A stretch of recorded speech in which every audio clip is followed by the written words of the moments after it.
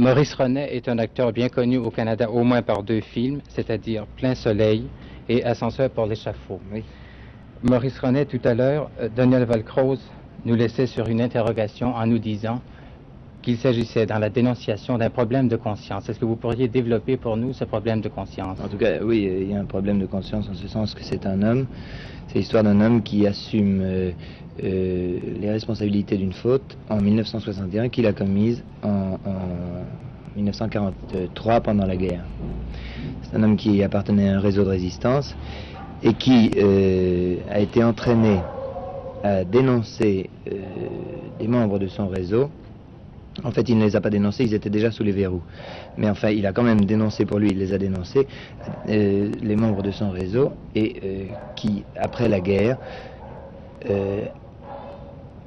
s'est trouvé libéré au nom de la résistance, un héros, s'est appuyé un petit peu sur sa condition de héros pour devenir, pour prendre pied dans la société.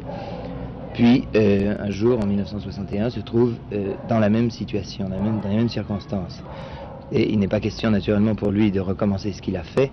Il ne dénoncera pas et il se fera plutôt tuer que de dénoncer.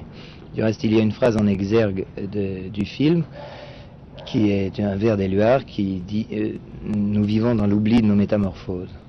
C'est un homme qui réalise 20 ans après une faute qu'il a commise 20 ans avant. Est-ce que vous jouez évidemment le personnage en 1961, mais est-ce que toute l'action du film se déroule en 1961? Ah non, une grande partie du film se déroule pendant la guerre, justement. C'est une chose assez difficile pour un acteur que de faire une composition à 20 ans de différence, entre 20 ans et 30 ans, enfin, et 35 ans. C'est beaucoup plus délicat que de faire une composition entre 30 ans et 70 ans. Je cite de nouveau le film dont nous avons parlé tout à l'heure, Ascenseur pour l'échafaud. Est-ce qu'il y a dans votre personnage un rapport entre celui que vous interprétez maintenant et le personnage que vous interprétiez dans Ascenseur? Il y a toujours, dans les propositions, les différentes propositions qu'on fait à un acteur, il y a toujours des rapports. Parce que d'abord, il y a un rapport physique, donc il y a un rapport aussi psychologique. Il y a... les gens sont finalement assez sensibles à ce qu'est un homme et un acteur psychologiquement, et propose toujours des choses un peu analogues. Alors, dans ce sens-là, oui, il y a des rapports. En fait, ce sont quand même 2 personnages très très différents l'un de l'autre.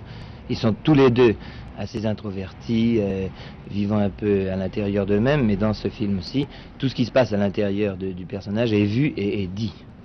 Est-ce qu'on a tendance, d'une façon générale, à vous spécialiser dans un rôle plutôt que dans un Relativement autre? à ce que je viens de vous dire, évidemment, on spécialise toujours un peu un acteur, et l'acteur cherche toujours, enfin un acteur, en tout cas moi, cherche toujours à jouer des choses différentes de ce qu'on lui a proposé.